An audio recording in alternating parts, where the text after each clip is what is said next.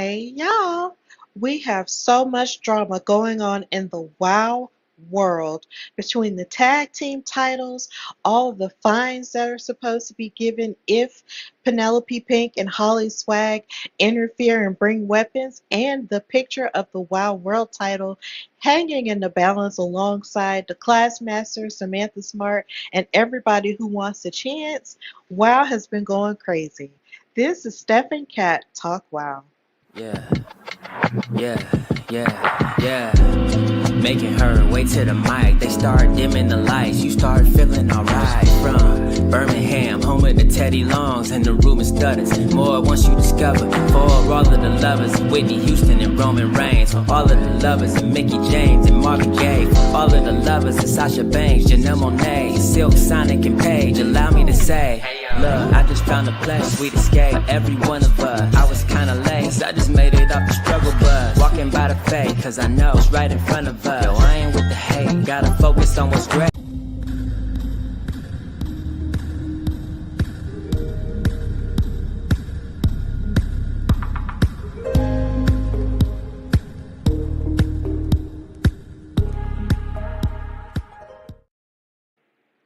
Hey y'all, welcome to a new episode of Steph and Cat Talk WoW, brought to you by the Hardy Wrestling Podcast and In Cat We Trust. Of course, I'm your girl Stephanie Hardy, host and creator of HWP, HWP Extra, and co-host of Steph and Cat Talk WoW.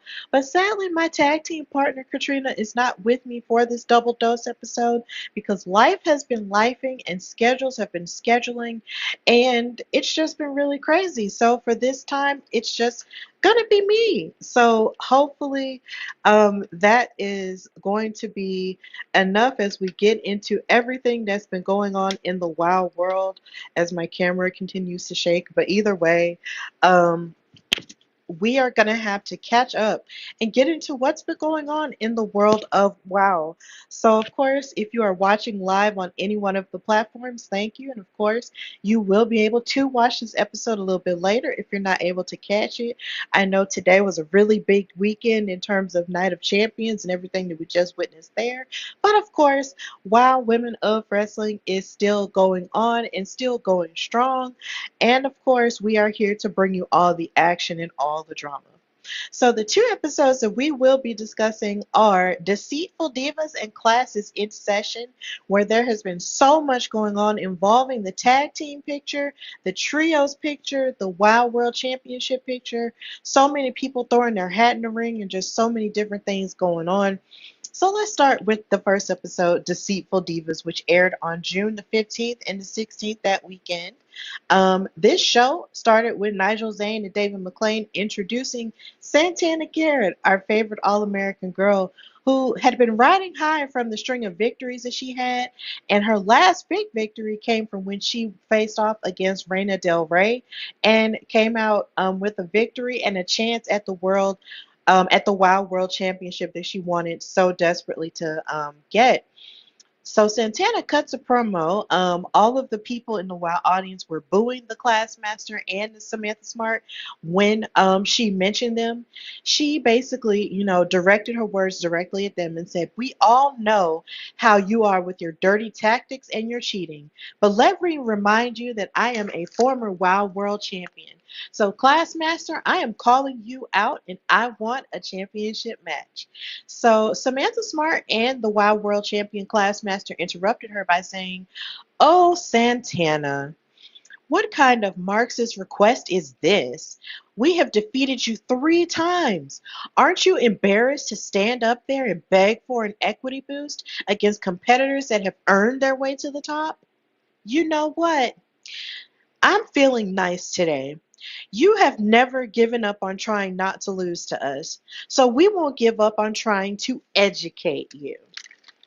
We will grant you this match, all right, but only for the sake of testing our repetition method, which has been proven to educate slow learners like you." But in the midst of this, David McClain made their match official, and of course, Santana would finally have her opportunity to fight the Classmaster and finally have a chance to try to outsmart her to win the WoW World Championship. So after this encounter, we reach our first match, which is Sylvia Sanchez, the lone bandita, going up against Tormenta, who we just saw in WWE and AAA's Worlds Collide in her tag team match with Dallas going up against Stephanie Becker and Lola Vice. Like we mentioned before, they did an amazing job, and it was really cool to see Tormenta wrestling in another platform that wasn't exactly wow, but in the same time, you got to see a lot of what she had to offer. And you got to see a lot of what she had to offer in this match against Sylvia Sanchez. Sylvia decided that she was just going to go on the attack immediately, targeting Tormenta's leg with kicks and stomps and a running knee. And on commentary, they also mentioned about their past beef that they had when Sylvia Sanchez turned her back on the world's greatest attorney, Sophia Lopez, and Tormenta fought in her honor. So Tormenta proceeds to fight back, but then she got cut off with a kick and a senton splash from Sylvia Sanchez. But Tormenta was able to lock in a tarantula lock. Well, actually, not Tormenta. Sylvia Sanchez locked in a Tormenta lock in the ropes to Tormenta, and then she gave double knees to her back. And for a good portion of this match, it seemed like Sylvia Sanchez really had Tormenta's number, but Tormenta was able to hit a backstabber to Sylvia, but Sylvia used her ring awareness to break up the count with the rope. But in the midst of her trying to get the upper hand onto Tormenta, Sylvia missed a right hook, and then Tormenta rolled her up for a smart pin, but a really quick one nonetheless. And she got the 1, 2, 3, or Tormenta wound up winning this match. Now, this was very refreshing to see, considering in the past few, I mean, even in the past couple of weeks in tag team action, as well as in her match at Worlds Collide, we had seen her lose quite a bit. So it was really nice to see Tormenta gain the upper hand in this match and win. And of course, this weekend she has a huge opportunity in a fatal four-way match to determine the number one contender for the Wild World Championship. So it was really great to see her get this win against someone who she once considered a partner. But Sylvia Sanchez proved that as a single star, she's definitely worth watching and worth looking into. And she is someone who I do want to see rise up the ranks in WoW. But Tormenta came out the winner here, and I was just really happy to see that, especially after her showing at Worlds Collide as well. So that was really cool. So, the next match that took place was the Brat Pack, of course, of the Alliance, BK Rhythm and Gigi Gianni going up against the Island Girls, Kalaki and Tiki Chamorro. But of course, in this episode, it would be a funny, this sucks because it feels like it's not as fun to poke fun at Katrina about BK's bars without her here. But of course, BK has to do her diss raps before the match gets started. So before she even got started, Nigel Zane was like, "Oh my God, press the mute button." But here comes BK in her rap saying, "Okay, everybody, pipe down. We got something to say. You're looking at the fashionista and the greatest MC, and you two just fell out of a coconut tree. I guarantee greatness, night in and night out. Surfs up losers, you're about to wipe out." But here again, nobody liked it. The Island Girls didn't like it. So after all of that, the match finally got started. Kalaki and BK started the match, and there were frequent tags between Tiki and Kalaki, showing off their tag team chemistry, which was really a pretty good showing, considering BK and Gigi are usually the ones using the frequent tags and beating up on their opponents. But in this go round, it was Kalaki and Tiki having that chemistry on display. They isolated and submitted BK, but BK refused to give up, and they even hit a double splash and a double clothesline to BK. But Gigi came in and yanked BK away from the splash attempt from Tiki Chamorro, and BK hit a slide walk slam and a mic drop elbow combo to Tiki. And then Gigi came in and punched and speared Tiki and gave a neck breaker and power slam to Tiki. Gigi is someone who I really wish could be on the singles trajectory as well, because she really has a dangerous and crazy arsenal that would really knock out any of her opponents. But she's with BK and they have a good partnership, so I guess they feel like they'll be successful together in that route. But in the midst of this, Tiki battled back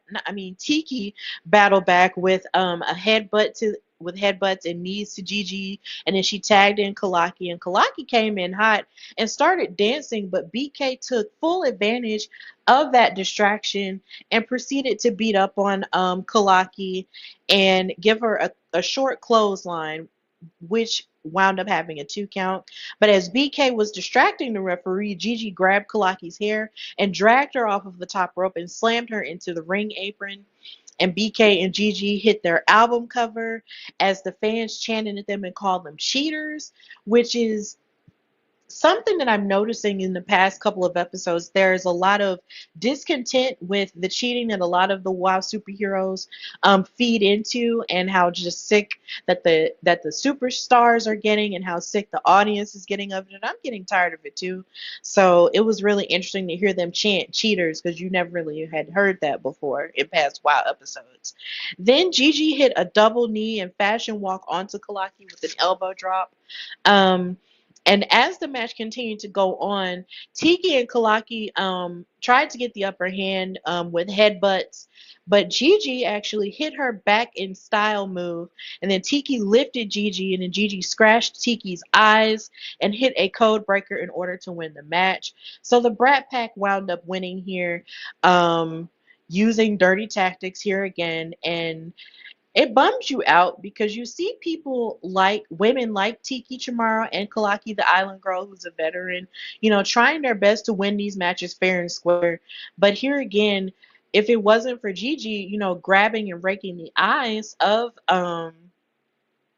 Tiki, then they may have had the match won. But when it comes to the alliance, they believe in winning no matter what, and using whatever tactics they have to do in order to win. So they wound up winning, and it bummed me out. So, yeah, that's where we're at. So, after this, we had um, our third match of this episode, which was Fury versus Sandy Shore, who came out there with Brittany Bay and Crystal Waters.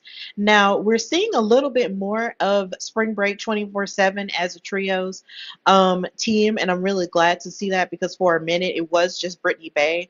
But as this season has gone on, we're seeing more of Crystal Waters and Sandy Shore, and this match was really good. But Fury also came out with her reinforcements in the form of Chainsaw and Daisy Lane, who I am now dubbing heavy metal horror.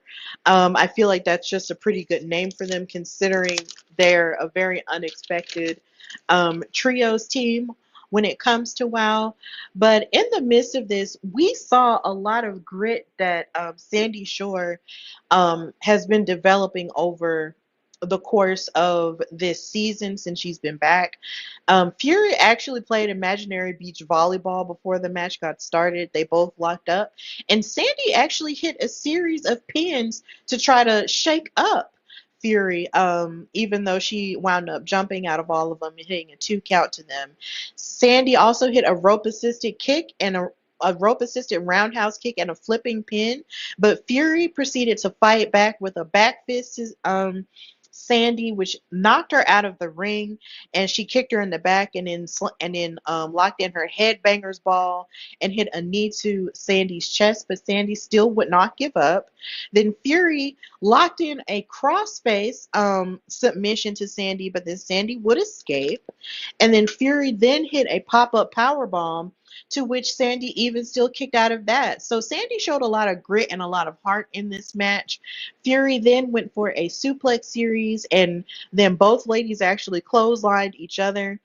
And Sandy hit a sling blade series and a hammerhead to a 2 count, but then Sandy missed a bicycle kick, which cost her dearly, as Fury locked in the Koji clutch and Sandy Shore finally just had to tap out, and Fury wound up winning the match.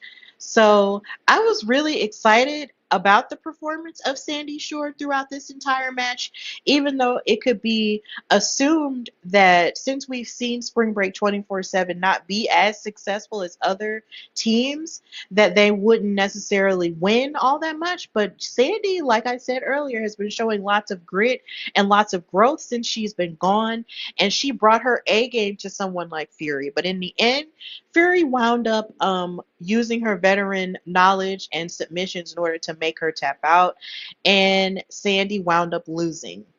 So, yeah. I still want one of these trios teams to challenge top tier, considering um, the Dojo Defenders, and that team doesn't seem to be the team to do it, but we'll get to that a little bit later. I do want Spring Break 24/7 to possibly challenge top tier as well as heavy metal horror, so we'll just have to wait and see how that goes. But either way, Fury wound up winning this match and scoring one for heavy metal horror. So before we get to the main event of Deceitful Divas, we had a backstage segment with Sibley Skulls, um, who questioned, of course, the loyalty of Lana Star in light of the way that the tag team title picture was going with the Fab Four, and how it basically just split them down the middle, and how sad everything got between the Carlson sisters and Holly Swag and Penelope Pink. And then she gave a recap of all of the drama. Of what happened between the Carlson sisters and Holly and Penelope, which of course led to the main event, which was very high powered and full of drama, and we're going to get to that right here. So now we've made it to the main event of Deceitful Divas, which involved Miami Sweet Heat versus Holly Swag and Penelope Pink with Lana Star for the Wild Tag Team Championship. And there was an extra stipulation that if Lana Star, Holly, or Penelope used dirty tactics to try to cheat, they would be disqualified and they would have to pay a hefty fine. But they would take full advantage of the fact that they would get DQ'd because a rule was not made involving them losing that championship. So as I get into the match, we will talk about it. So Lindsey and Laurie, first of all, they low-key disappointed me because they still came out in the pink and black, and I was really hoping for them to come out in their old orange and blue outfits that gave the Miami vibe that they had when they first debuted on WoW, but it's okay. I won't judge them for that harshly, but I just still want the older colors back, but whatevs. Um, Lindsey and Laurie actually wound up getting jumped at the beginning of this match by Holly and Penelope.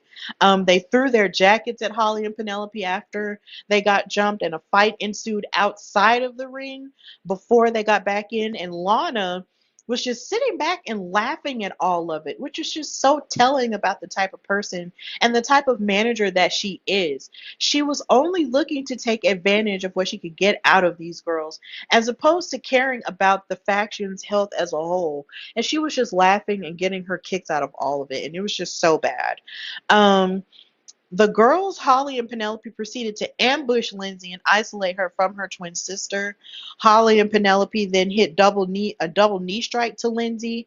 And throughout this entire match, Holly just kept making me so upset because she was just taunting Laurie and yanking on Lindsey's hair and all of the above, and she was just being extra cocky, and I was just like, girl, this is not the move. It was just so disgusting to watch.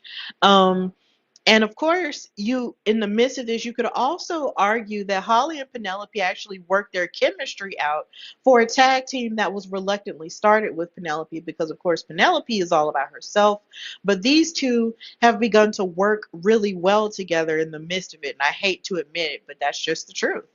And in the midst of all of this, Lindsey finally gets the upper hand and suplexes Holly, and then Laurie and Penelope tagged right back in and brought the fight to each other. But then Holly pushed Laurie off of the top rope as she was getting ready to hit her aerial splash. And then she used the sock of rocks in order to get disqualified.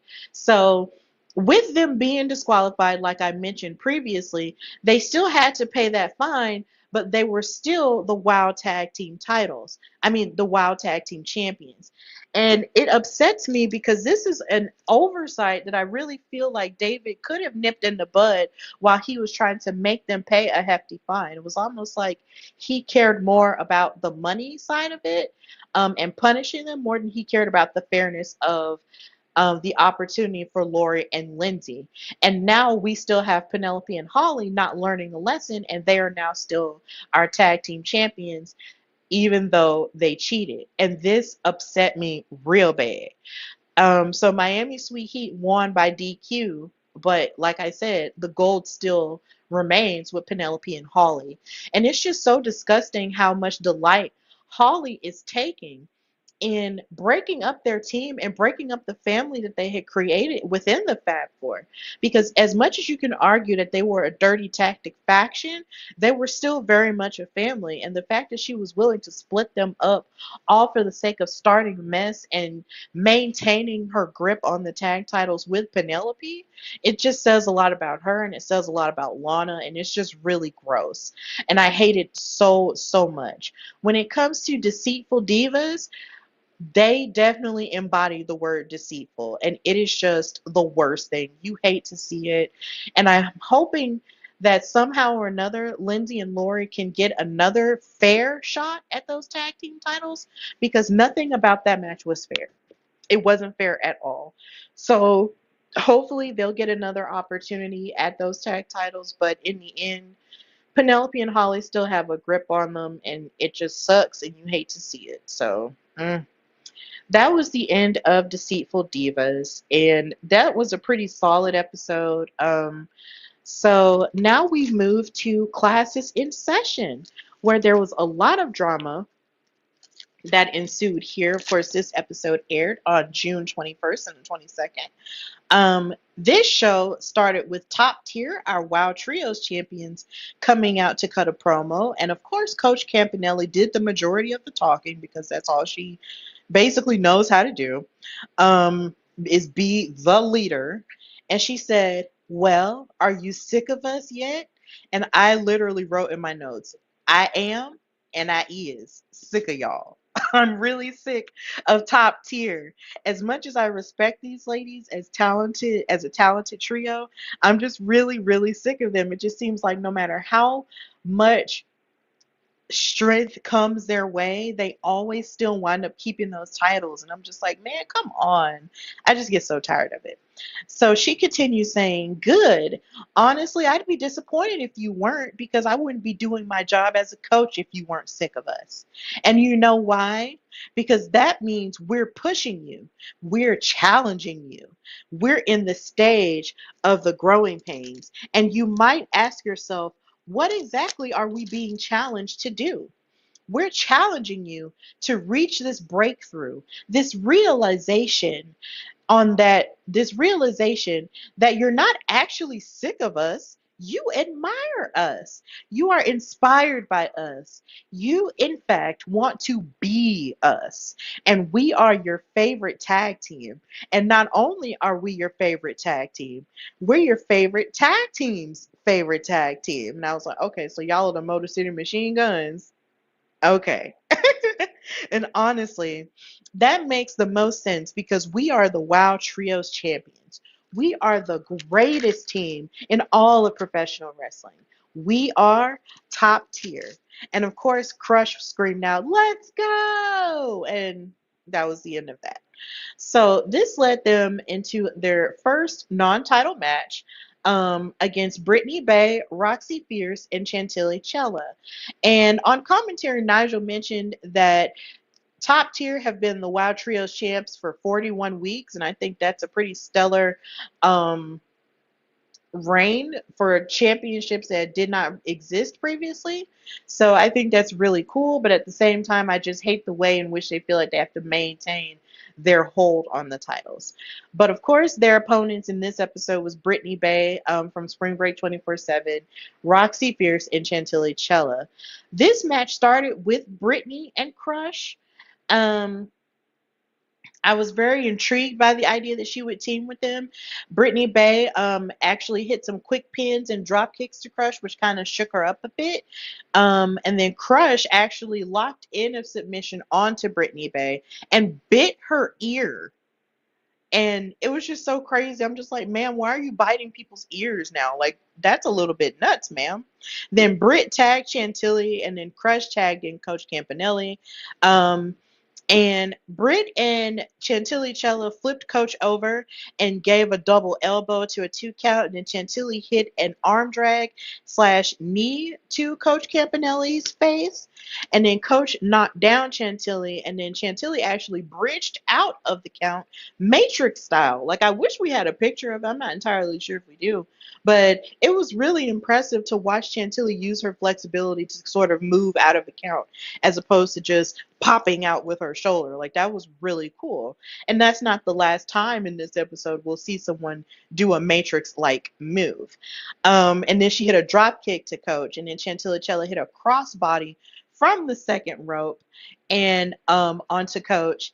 And then Crush and Coach actually played the numbers game on Chantilly and grabbed the ankles and knees and beat up on Chantilly's face.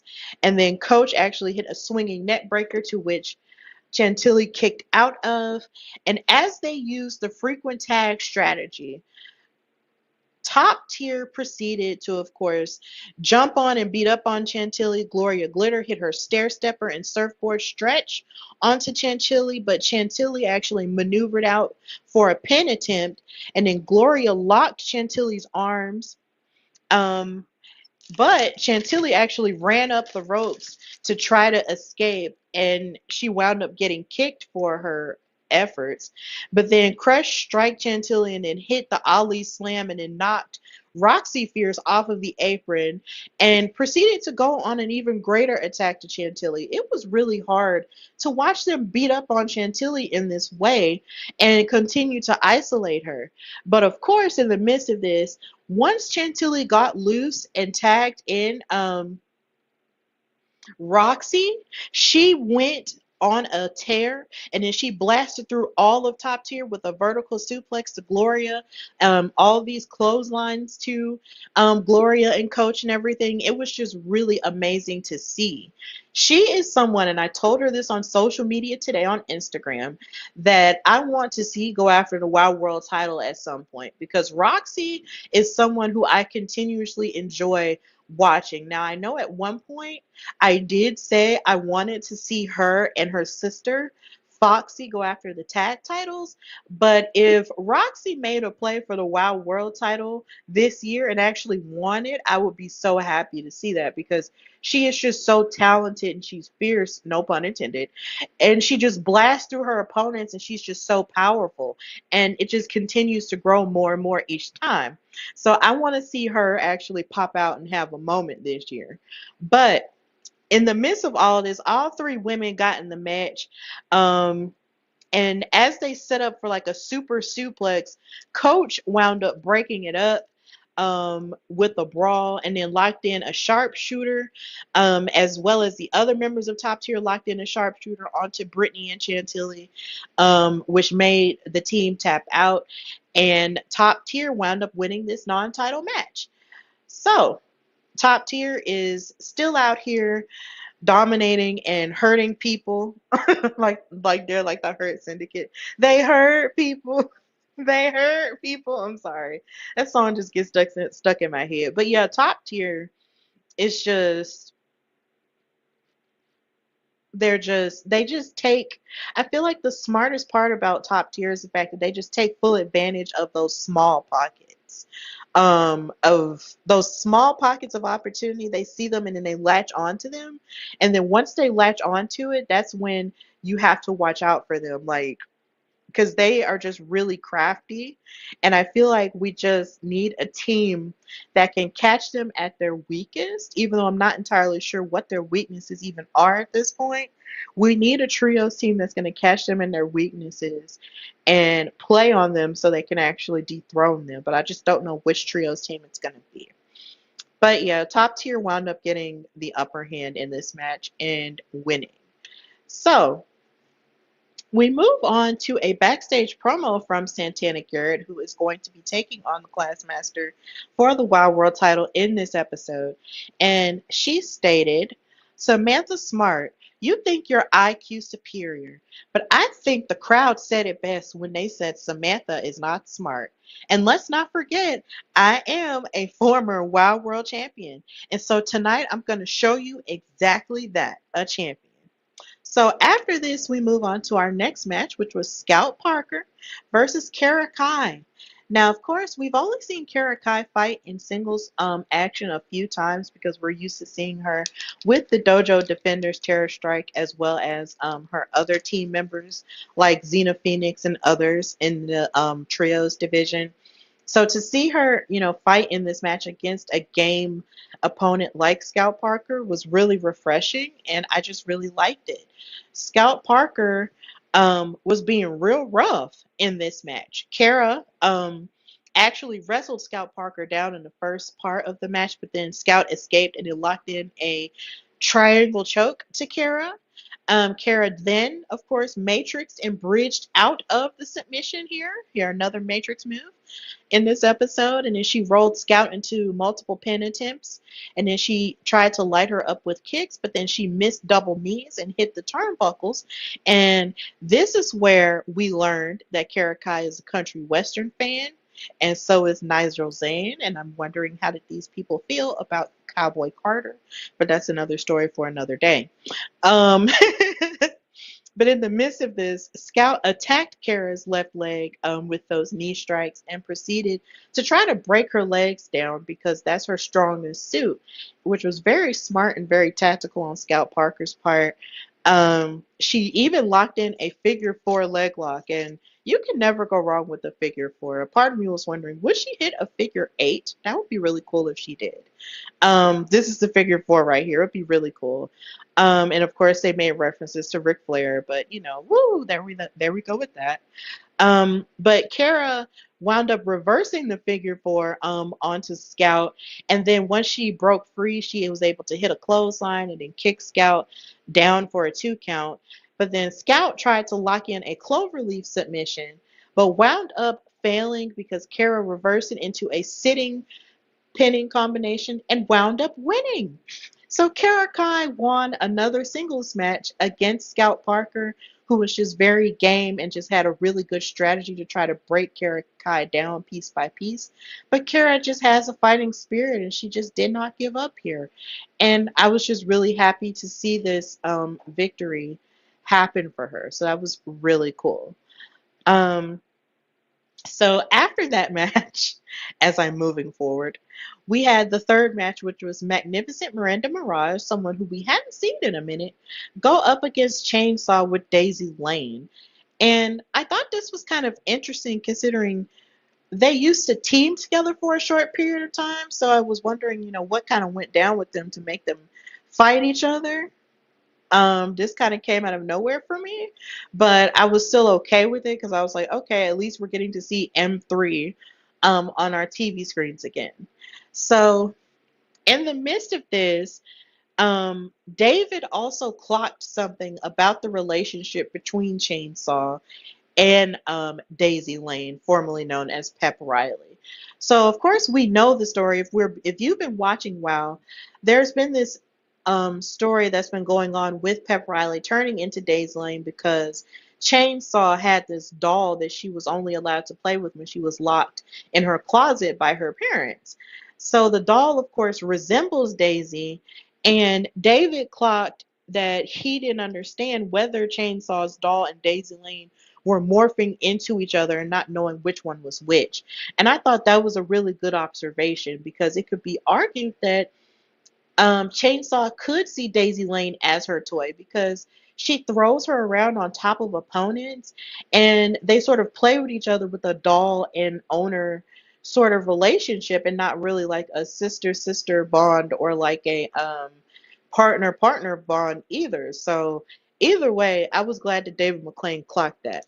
So just this match was really surprising in the sense that M3 actually started with a forearm shot and a kick to chainsaw, even though it really didn't phase her all that much. She still tried her best to fight her down. She actually hit a matrix move again, with the matrix moves that we saw 3 times. And then she actually kneed Chainsaw in the head. Chainsaw then picked up M3 and then slammed her into the mat and knocked her out with a leg drop, but then tried to rip at her nose and just rip her face apart, which was never stops being disturbing whenever Chainsaw does that.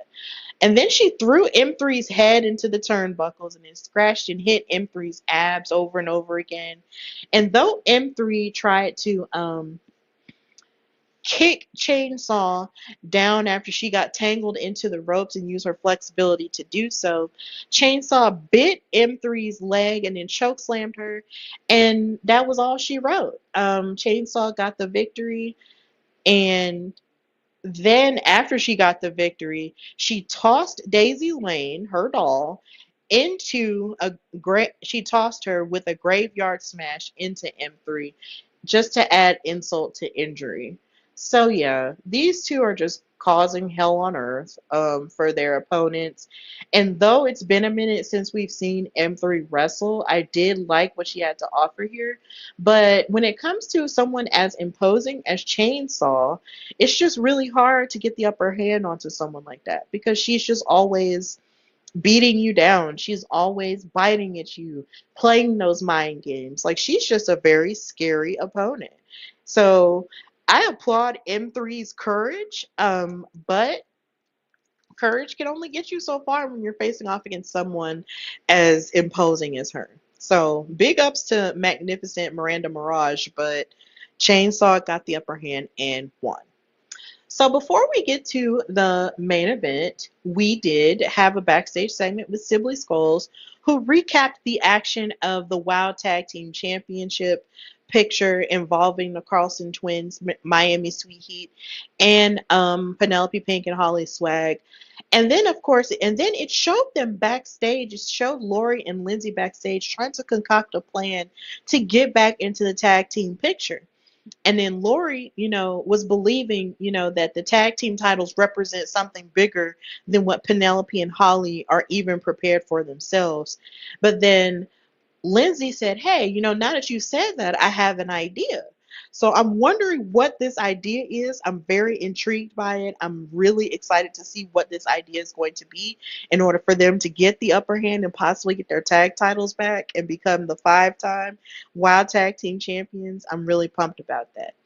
Also, an interesting dynamic, well, not dynamic, but an interesting interaction that I had on social media was when someone posted that they wanted to see the Bella Twins in a dream tag team match with another team, and I said that I actually wanted to see them in a tag team match. Well, in a tag team match with the Carlson sisters, and I actually got to tell the person, who the Carlson twins were, and they interacted and said that they would love that, and it would be another twin versus twin tag team scenario because, of course, if you've watched WoW in the past couple of years, the first ever twin versus twin tag team match took place between Miami Sweet Heat and the Tonga twins, and that was really cool. So if we ever had a chance to see Miami Sweet Heat versus the Bella Twins, that would be really interesting and really good.